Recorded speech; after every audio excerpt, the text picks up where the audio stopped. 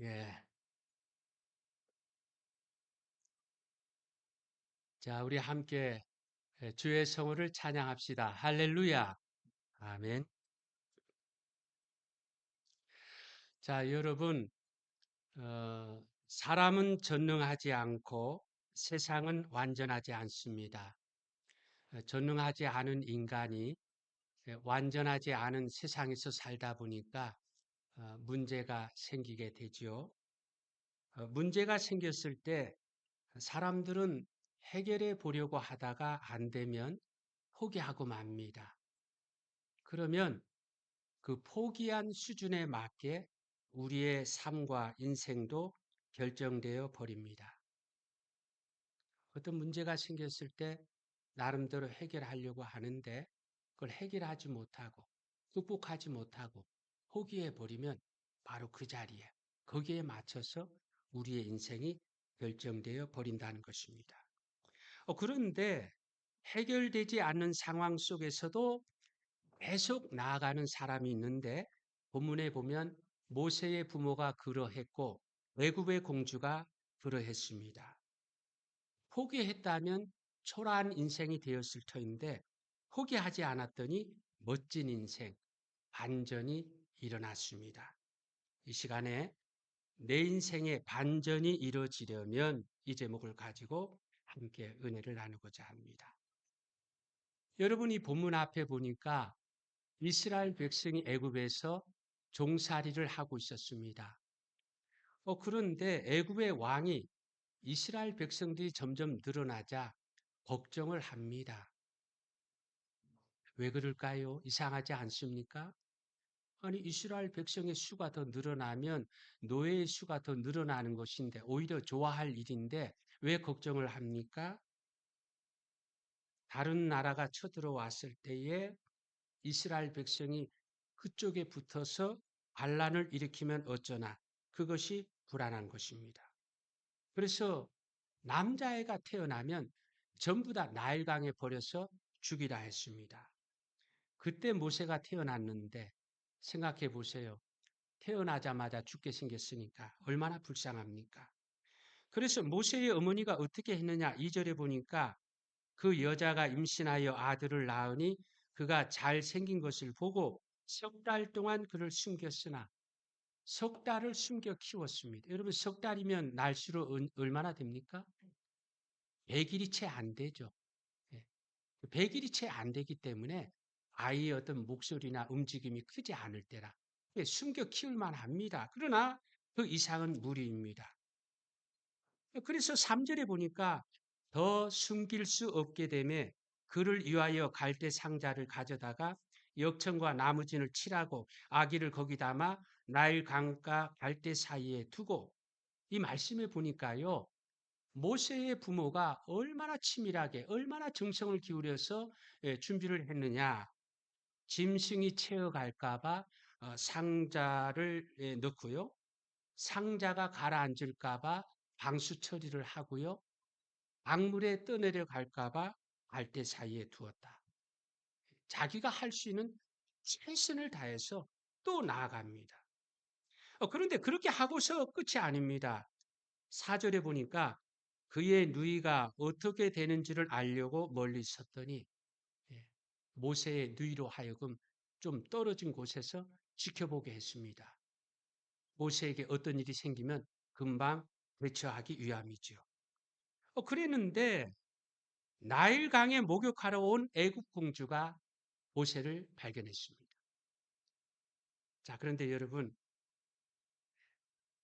공주가 왜 나일강에 나와서 목욕을 할까요? 왕궁에 목욕할 게 없나요? 말도 안 되는 얘기죠. 근데 왜 나일강에 나와서 목욕을 하느냐? 여러분, 그 인도 사람들이 인도의 겐지스 강에서 목욕을 하죠. 왜 그렇습니까? 그 신으로 여기는 거예요. 자기의 모든 죄가 다 씻겨진다. 그래서 거기에 목욕을 하자. 나일강도 이 애굽 사람들에게 있어서는 신으로 여겨지는 강입니다. 그러니까 공주가 때를 밀려고 강가로 나온 것이 아니라 목욕 재개하고 신에게 소원을 빌려고 왕따로 나온 것입니다. 그런데 그 공주는 우리가 보통 공주하면 시집 가기 전에 공주를 생각하지요. 근데 이 본문에 나오는 공주는 시집 안 간 공주가 아니라 이미 시집을 간 공주였습니다. 그럼 생각해 보시기 바랍니다. 아니, 시집도 안 갔는데 못에 발견했다고 자기 양자를 삼아요? 말도 안 되는 얘기죠. 시집을 갔다 하면 모르겠지만 또 가지 않았는데 무슨 다른 애를 자기 양자로 삼아요? 시집을 간 그런 공주였는데, 근데 왜 모세를 양자로 삼았느냐? 역사적인 자료에 따르면 공주는 무남 동료로 태어났다고 합니다. 그러니까 왕위를 이어받을 다른 형제 아들이 없는 거예요. 그래서 그 아버지 바로가 그 왕족 가운데서 신랑감을 찾아가지고 공주와 결혼시키고 왕위를 물려줬습니다. 둘 사이에 딸 하나가 태어났는데 금방 죽고 그 이후로 더 이상 자식이 태어나지 않습니다. 자식이 태어나지 않으니까 그래서 그 남편 된 바로 왕이 후궁을 얻었는데 그 후궁이 아들을 낳은 거예요. 여러분 이 상황을 이렇게 한번 상상해 보시기 바랍니다. 어떤 면에서는 이제 그 바로의 무남 동료로 그럼에도 불구하고 결혼해서 왕위를 물려줬는데 자식이 안 생긴다고 해갖고 자기가 아니라 후궁을 얻었는데 후궁이 아들을 낳았어요. 이 자칫 잘못하면 이 공주가 낙동강 오리알이 될 상황이지요. 그래서 공주가 나일강에 나와서 목욕 제기를 하고 소원을 빌되 뭘 빌었을까요? 나에게 자식을 달라고, 아들을 달라고 그렇게 빈 것이고. 그런 중에 모세를 발견했으니까 그 모세를 어떤 마음으로 봤을까요? 여러분, 기도가 아니라 공주가 산책을 하다가 모세를 발견했다면 마음이 달랐을 거예요. 근데 자식을 달라고, 아들을 달라고 기도하는 중에 모세를 발견했으니까 이건 신이 주신 아들이다. 그래서 자기가 낳은 자식이 아니라도 심지어 여러분이 본문에 보니까요, 공주가 이 아기가 히브리 노예의 아들인 것을 알았습니다. 그죠? 그럼에도 불구하고 양자로 삼았어요. 아니 뭐 공주가 굳이 양자가 필요하다면 뭔가 격에 맞게 그죠? 왕족 가운데서 그렇게 양자를 얻을 법한데 이 노예의 자식인 거 알면서도 그렇게 양자로 받아들인 건 왜 그렇습니까? 내가 신에게 지금 자식을 달라 기도하는 중에 그렇게 발견한 그런 자식이기 때문에 이건 신이 자기에게 주신 자식이다. 그래서 양자로 받아들인 것입니다. 공주가 아기가 울자 참 제가 이 성경 말씀 보면 볼수록 참 제가 가끔 고백을 하죠. 이 구절이 그냥 있는 게 아니에요. 이 구절에 보면은요. 그 공주가 그 상자 발견하고 아기를 보니까 애가 그때 울었다고요. 울었다고. 만약에 안 울었으면 좀 달라졌을 텐데 우니까 애를 바라는 그 공주의 마음속에 애가 지금 여기에서 이렇게 우니까요. 얼마나 불쌍합니까? 그러니까 이 우는 애기 빨리 젖먹여야 되겠다는 그런 생각이 들지 않겠습니까? 그런 중에 모세의 누나가 싹 나가가지고 내가 이 아기를 위해서 유모를 찾아드리고 그래 가라. 그래가지고 그 모세의 친어머니를 데려와. 그 바람에 모세는 죽을 그 인생 가운데서 산 사람이 됐고요. 노예의 자식에서 애굽의 공주의 양자가 되었으니까. 여러분 생각해 보세요. 이 얼마나 놀라운 반전입니까? 세상에. 얼마나 놀라운 반전이 이뤄진 것인지 모릅니다. 자, 그러면 이런 반전이 일어나려면 어떻게 해야 할까요? 어떻게 해서 이런 반전이 이뤄졌을까요? 모세의 부모는 애굽 왕이 죽이라 했는데도 모세를 숨겨서 키웠잖아요. 예. 근데 만약에 발각이 되면 어떻게 될까요? 모세만 죽지 않아요. 그죠? 지금 이게 어떤 면에서는 이 정치적인 그런 문제잖아요. 이 자칫 잘못하면 막 어? 다른 어떤 잡범이라면 그냥 이렇게 넘어갈 수도 있는데 이게 어떤 이 어떤 왕권을 유지하는 이런 차원의 문제는요. 이 어떤 문제가 생겼을 때 벌이 가볍지 않죠. 그냥 모세를 쉽게 키우다가 발각이 됐으면은요. 모세만 죽지 않아요. 그 부모도 죽고 또 형과 누나가 있었잖아요. 다 죽게 생긴 것입니다. 그런데도 불구하고 그 좁은 집에서 상상해 보시기 바랍니다. 노예의 집에요. 뭐 넓겠어요? 풍족하겠어요? 그 좁은 집에서 이거 발각되면 어쩌나 그렇게 마음 졸이며 숙 졸이면서 그렇게 키웠습니다. 그러다가 더 이상 숨길 수 없는 상황이 됐다면 어떻게 할 만합니까? 포기할 만하죠. 근데 포기하지 않았습니다. 이젠 끝이다 하면서 포기할 만한데 포기하지 않았습니다. 최선을 다해서 방주를 만들어 모세를 담아놓고 날강에 띄워냈습니다. 아까 말씀을 드렸죠? 예? 이 모세를 날강에 띄우기까지 그냥 옛다 하고 던진 것이 아니라 예? 짐승이 채갈까봐 상자 깔아앉을까봐 방수철이 떠내려갈까봐 갈대 사이에 그렇게 나름대로 최선을 다해서 했으면 야 이제 내가 할 만큼 했다 하면서 돌아서서 포기할 수도 있는데 그런데도 포기하지 않았습니다. 모세의 누이로 하여금 지켜보게 해서 계속해서 뭐 일반적으로 바라볼 때는 그냥 포기하고 끝이다 할 수 있는 상황인데도요. 모세의 부모는요 포기하지 않고 계속해서 그 열망 가운데 그렇게 나아갔다. 반전이 일어나는 데는 애굽의 공주도 한 몫을 했습니다. 애굽 공주가 형제가 없었습니다. 결혼을 했는데 더 이상 자식이 없었습니다. 여러 해 지나도록 자식이 안 생기면 야 이제 틀렸다 하면서 포기할 만하잖아요. 그죠? 그런데도 포기하지 않고 기다렸습니다. 기다렸는데 포기하지 않고 기다려서 좋은 일이 생기면 괜찮은데 오히려 후궁을 얻었는데 후궁이 아들을 낳네요. 그럼 우리의 마음이 더 허물어지잖아요. 그죠? 그런 상황이 되면. 그런데도 공주는 포기하지 않고요. 신에게 자식을 달라고 염원했습니다. 그러자 하나님께서 모세를 향한 부모의 마음을 받으시고 자식을 향한 이 공주의 마음을 받으셔서 그 둘을 하나로 모아주셨습니다. 여러분 때때로 하나님은요. 하나님의 선한 뜻을 이루기 위해서 어떤 이 자연도 사용하시고 불신자도 사용하십니다. 부모의 필요와 공주의 필요가 하나님의 그 합력해서 선한 역사 이루시는 그 뜻 가운데 아름답게 담겨져서 이 반전의 역사가 이루어진 것입니다. 여러분 생각해 보세요. 모세가 공주의 양자가 되지 않았다면 어떻게 됐을까요? 그 암울한 시대에 벌써 죽임을 당하고 말았고 혹 죽지 않았다 할지라도 죽지 않아서 야, 그 시대 그 나이면 전부 다 나일강에 던져서 죽여야 하는데 어주 사람 좀 무시하 그런 어떤 그 주변의 그런 가운데서 모세가 이 노예로 살다 보면 그야말로 무지랭이기죠. 그냥 노예로 살다가 그냥 그런 인생으로 끝나고 말았을 것입니다. 그런데 모세의 부모가 어떻게 했느냐? 죽여야 할 상황에도 포기하지 않았고 버려야 할 상황에도 포기하지 않았고 버리고 난 상황에도 포기하지 않았더니 안전이 일어나게 되었다는 것입니다. 여러분, 안전은 어떻게 해서 일어나요? 포기하지 않으면 일어납니다. 내가 가야 할 길에 해야 할 일에 내가 포기하지 않으면 반전의 역사가 일어나게 됩니다. 애굽의 공주도 마찬가지입니다.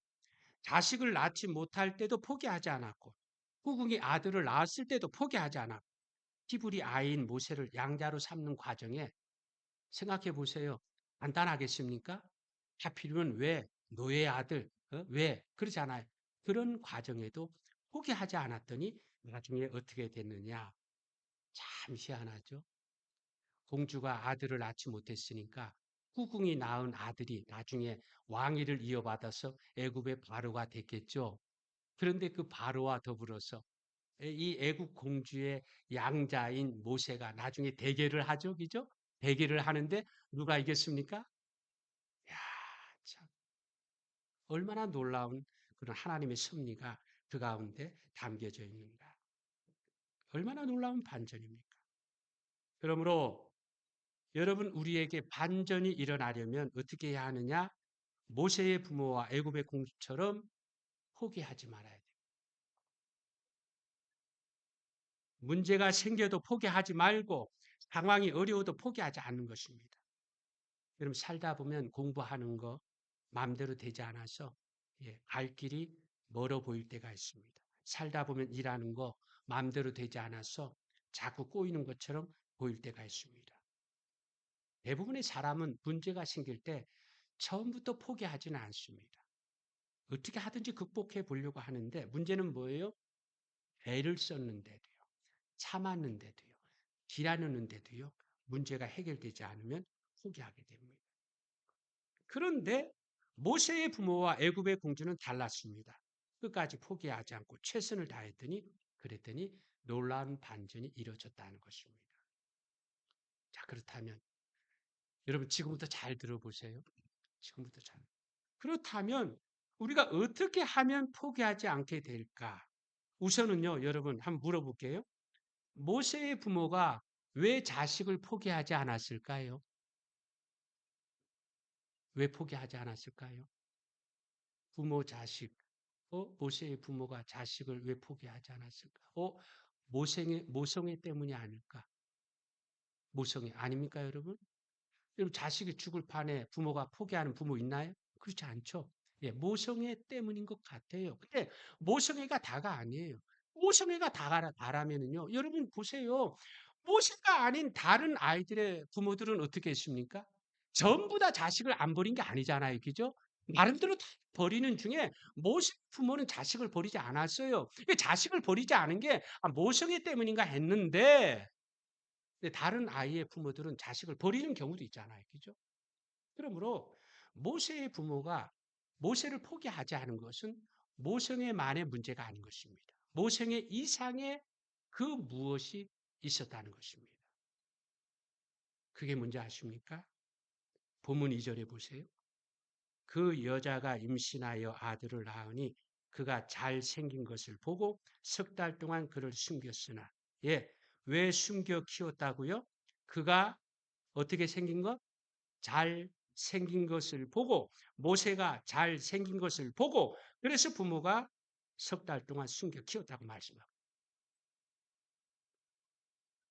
모세의 부모가 모세를 왜 포기하지 않았느냐? 모성애 때문이에요. 모성애. 모성애가 다가 아니라는 거죠. 모성애가 다가 아닌 이 나머지 이유가 뭐냐면 여기 말씀해 보니까 그가 잘생긴 것을 보고 숨겨 키웠다고 말해요. 아니 잘생긴 게 무슨 의미가 있길래? 여러분 잘생겼다 하는 이 말은요. 다른 말로 말하면 은혜가 묻어 있다는 말입니다. 여러분 그렇지 않습니까? 여러분 가운데 잘생긴 분들이 제가 볼 때 굉장히 많이 있습니다. 내가 잘생겼으면 은혜가 나에게 묻어 있는 것입니다.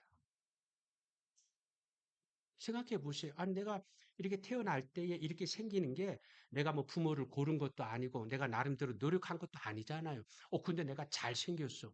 하나님의 은혜가 묻어 있는 것입니다. 여러분가, 나는 별로 뭐 이렇게 잘생기지 않았는데 낙심할 필요가 없습니다. 혹 뭐 얼굴은 그렇다 할지라도 여러분 가운데 보면은요, 자식은 부모에게서 물려받는 거잖아요. 그죠? 근데 내가 우리 부모보다도 우리 부모는 막 어떤 잔병 치레하고 질병이 있는데, 나는 우리 부모보다 더 건강해. 우리 부모는 뭐 이렇게 별로 이렇게 똑똑하지 않은 것 같은데 나는 우리 부모보다 더 많이 배우고 더 많이 똑똑해. 그러면 내가 은혜를 받은 거예요. 우리 모두 가운데서 하나님의 은혜가 묻어 있는 것이죠. 얼굴이 아는 다른 점에서 다른 사람보다 분명히 다른 점이 나에게 있습니다. 어찌되었든 잘난 것은 은혜입니다. 모세가 잘생긴 게 하나님의 은혜가 묻어 있는 거예요. 부모가 그걸 본 거예요. 애를 낳는데 애를 보니까 잘생긴 거예요. 그냥 뭐 웬만큼 생겨가지고 이렇게 하지 않겠죠, 그죠? 보니까 진짜 잘생긴 거예요. 다른 말로 말해서 애 가운데 하나님의 은혜가 묻어 있다는 것을 보게 된 겁니다. 여러분요, 은혜를 맛본 사람은요, 은혜가 얼마나 좋은지 압니다. 여러분도 지금까지 살아오시면서 어떤 직장 생활이나 사업이나 애나 어떤 일을 할 때에 하나님의 축복, 하나님의 은혜를 이렇게 맛보신 그런 기억들이 있잖아요. 얼마나 좋은지 몰라요, 얼마나. 내가 나름대로 노력도 했지만, 그것 가지고 이렇게 된 것이 아니라, 하나님께서 나에게 은혜를 주셨어. 하나님이 나에게 복을 주셔서, 은혜를 맛본 사람은요, 은혜가 얼마나 좋은지 모릅니다. 그래서 또 은혜를 사모하게 됩니다. 은혜를 맛보지 않고 평생 자기가 막 일한 대로만 이렇게 된 사람은 야, 내 삶, 내 인생은 내가 하기 나름이야 하면서 자기 믿고 그렇게 살지만은요, 살아가다가 희한하게 어떤 은혜 속에 내 삶이 펼쳐진 그런 역사가 있으면은요, 그 은혜를 맛본 게 그게 너무너무 좋아서 은혜를 사모하게 되는 것입니다. 모세의 부모가 그런 거예요. 애를 낳았는데 너무 잘생긴 은혜가 묻어있는 거예요. 야, 하나님께서 이 애를 통해서 도대체 무슨 일을 하실까? 태어날 때부터 이렇게 은혜가 묻어 있는데 이 아이를 통해서 하나님 앞으로 어떻게 이 아이를 사용하실까? 기대감이 있으니까. 기대감이 있으니까. 모생의 이상의 그 마음을 가지고서 모세를 포기하지 않게 되었다는 것입니다. 애굽의 공주도 마찬가지입니다. 왜 포기하지 않고 자식을 구했을까요? 한번 여러분 생각해 보세요. 아, 모세의 부모가 왜 모세를 뭐 부모 자식 아니니까 모성애 이렇게 짚어지잖아요. 근데 이 애국 공주는 왜 자식 낳는 것을 포기하잖아요. 아까 말씀드린 다 이렇게 단계가 있죠. 그냥 뭐 대강 이게 아니에요. 모세의 부모도요. 태어나서 석 달 동안 그래도 포기하지 않아. 광주를 만들어 그래도 포기하지 않아. 애 누나를 막 그래도 이런 과정 속에서 공주도 마찬가지입니다. 자식을 낳기까지 기다렸는데도 안 낳았는데도 포기하자. 후궁이 아들 낳네? 틀려. 그게 포기하지 않아요. 기다렸는데도 그래서 신에게나 계속해서 왜 애국 공주가 그렇게 자식 달라 하는 그 점에 포기하지 않았을까? 자신의 노후가 혹 걱정이 돼서 그런 건 아닐까요? 왕위도 물려주고 후궁이 낳은 아들이 나중에 왕이 되면 뭐 자기의 그죠 동광 오리알 기죠. 야, 내가 말년에 노후에 참 걱정이 되게. 그래도 나도 뭔가 좀 아들 하나는 좀 있어야 되지 하는 그런 마음으로 그죠? 그런 마음으로 이렇게 자식을 이렇게 가지려고 하는 그런 마음을 가질 수도 있겠지만은요. 그런데 그게 다가 아닙니다. 그게 다가 아니에요.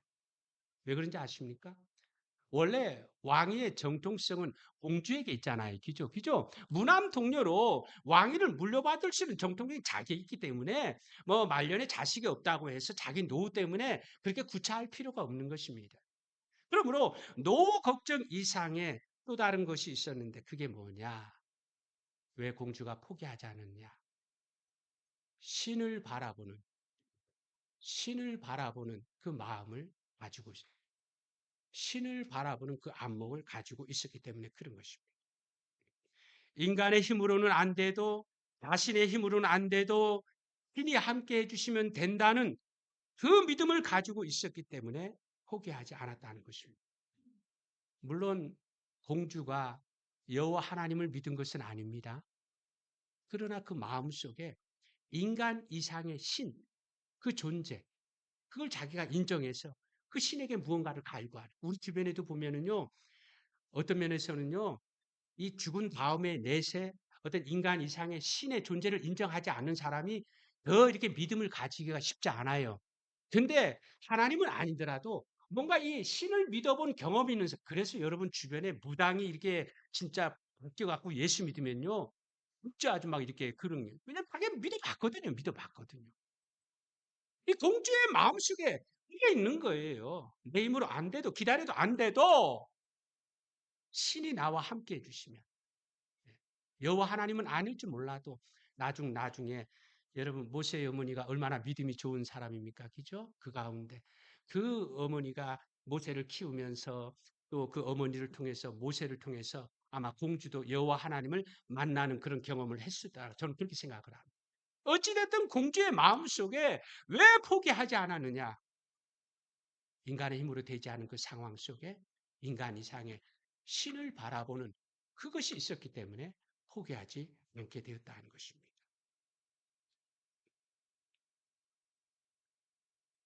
여러분 요즘 어떻게 살고 계신가요?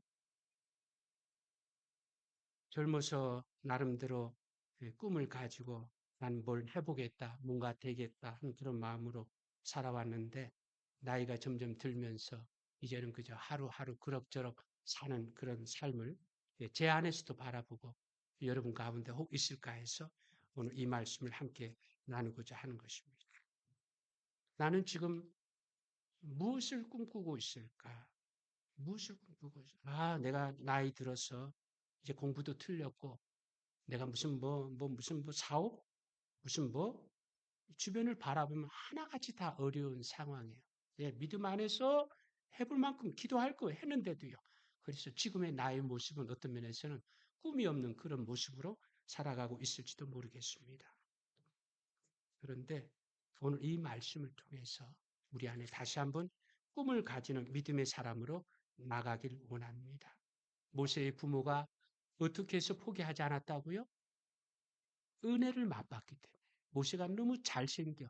은혜가 묻어 있으니 그 은혜 속에 하나님이 앞으로 또 어떤 역사를 이룰까? 그 마음이 있었기 때문에 포기하지 않게 됐던 거죠. 또 애굽의 공주가요. 나는 못해도 인간은 못해도 신이 함께 하시면 그 믿음을 가졌기 때문에 꿈을 꿀 수 있었던 것처럼 오늘 우리도 마찬가지입니다.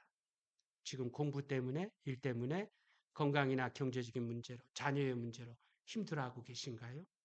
하다 안 될 것 같아서 포기하려고 하고 계십니까? 이렇게 싹수가 놀았는데 이렇게 바닥을 치고 있는데 예, 인간의 힘으로는 안 됩니다. 그러나 하나님이 도와주시면 하나님의 은혜가 함께 하시면 그래도 안 되겠습니까?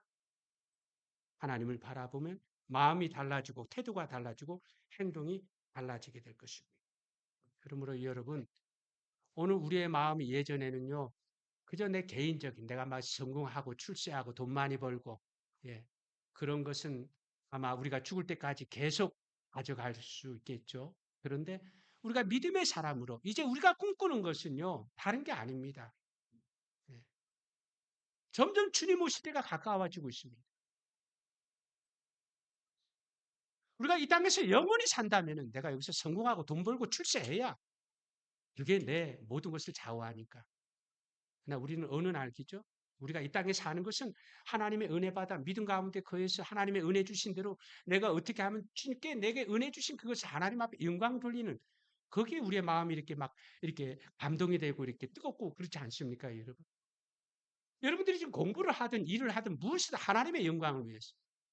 내가 이 사업을 하고 직장 생활을 할 때 내 먹고 사는 게 구차해서 한다면은요, 이거 얼마나 참 그래요. 근데 하나님이 나의 기회를 주셨잖아. 은혜를 주셨잖아. 하나님 지금 복을 주세요. 은혜를 주세요. 그럼 내가 이것을 가지고서 우리 함께 일하는 사람들, 우리 직장 동료들, 우리 교회 성도들, 하나님의 역사.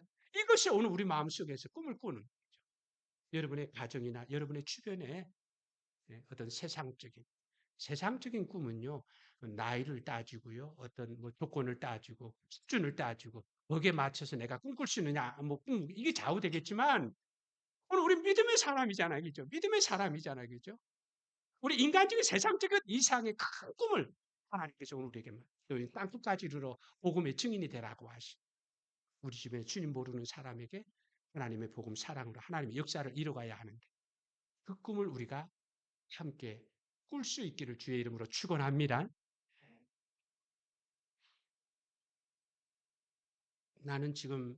나는 요즘 어, 뭐 하고 있나, 뭘 바라보고 살고 있나, 혹여 방향을 놓치고 목표를 놓치고 되는 대로 오늘도 나는 걷는다마는 그런 노래처럼 그렇게 걷고 있다면 헛뚝 헛뚝 헛뚝 모세의 부모를 보세요. 우리보다 더 어려운 상황에도 꿈을 꿨습니다. 애굽의 공주를 보세요. 하다 지친 상황에도 꿈을 꿨습니다. 왜? 하나님의 은혜가 나에게 부어진다면 하나님이 나에게 찾아오신다면 그래도 우리가 꿈을 꾸지 못하겠습니까? 얼마든지 꿈을 꿀 수 있는 줄 믿습니다. 아무쪼록 찬양 가사에 세상을 보고 사람을 볼 땐 만족함이 없었네. 우리 하나님 그분을 볼 땐 나는 만족하였네. 하나님을 바라보면 달라집니다. 지금 뭔가 힘든 일이 있어도 내 인생에도 안전이 있다고 믿고요. 하나님의 은혜가 부어지기만 하면 하나님께서 함께 해주시기만 하면 내 인생 가운데도 쨍 하고 해뜰 날이 있다. 짠 하고 꽃필 날이 있다고 믿어서 포기하지 않는 믿음으로 반전의 축복을 이어가는 우리 모두가 되어지기를 주의 이름으로 축원합니다. 결론을 맺습니다. 여러분, 우리는요, 이미 안전을 경험한 사람들입니다. 우린 아담의 지은 그 원죄로 인해 가지고 멸성도 물려받고 저주를 물려받게 되었고요. 우리가 지은 자범죄로 인해서 지옥에 떨어져 영벌을 받아야 했습니다. 그런데 하나님의 아들 예수님께서 우리를 대신하여 십자가에 지셔서 우리의 모든 죄를 씻어주시고요. 그래서 마귀의 종에서 하나님의 자녀로 만들어 주시고, 영죽을 인생이 새 생명을 얻게 만들어 주시고, 지옥에서 천국으로 가게 해주셨으니 이 얼마나 놀라운 반전입니까? 여러분 함께 고백할까요? 하나님의 은혜가 이미 우리에게 임한 줄 믿습니다. 오늘 우리 안에 이미 반전의 역사가 있는 줄 믿습니다.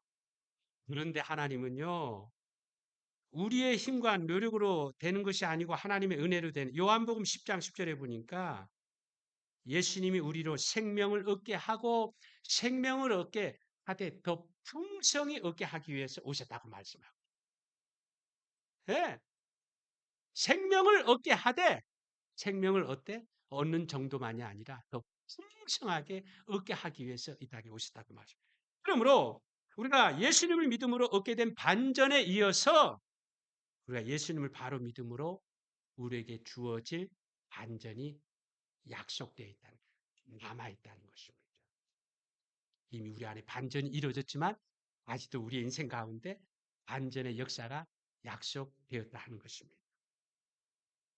지금까지 내가 믿노라 하면서도 제대로 믿지 못했던 죄와 허물을 회개하고요. 뭔가 꿈을 가지고 살다 지금은 포기하고 그럭저럭 되는 대로 살고 있다면, 주님, 제 인생을 제가 이끌다 보니까 뭐가 성공 같지만 실패고 손에 쥔 것 같지만 빈손입니다. 이제 탕자처럼 다시 아버지의 품으로 돌아가서 새 삶을 살길 원합니다. 뭐 세상에 뭐 그냥 그런 꿈이 아니라 제 마음속에 항상 예배 드릴 때마다 기도할 때마다 제가 하나님 앞에 올려드리는 꿈이 제 마음에 품어지길 원합니다. 제 인생 살아가는데 여러 가지 힘들고 어렵지만 때문에 그죠? 그 꿈 때문에. 하나님이 내게 이루신 그 반전, 그 속에 하나님의 은혜와 하나님의 찾아오심의 그 흔적이 있는데 생명을 얻게 하되 더 풍성히 얻게 그 약속이 있는 줄 알고 지금의 상황이 어떠하다 할지라도 다시금 일어나서 꿈을 가지고 오세요. 내가 주님 앞에 서는 날까지 저에게 주신 그 꿈에 그것을 통해서 하나님 앞에 큰 영광을 돌리고 우리 주변 사람들에게 복의 통로로 쓰임받는 그런 우리 모두가 되어지길 원합니다. 아무쪼록 남은 인생 나쁜 쪽으로 반전이 아니라 예수 믿었는데 오히려 안 믿는 사람 쪽으로 반전이 아니라 좋은 쪽으로 반전이 이루어지도록 다시 꿈을 꾸며 나아가서 하나님과 이웃에게 기쁨이 되어서 우리 모두 모세와 같이 멋진 반전이 이루어지게 되시기를 주님의 이름으로 축원합니다.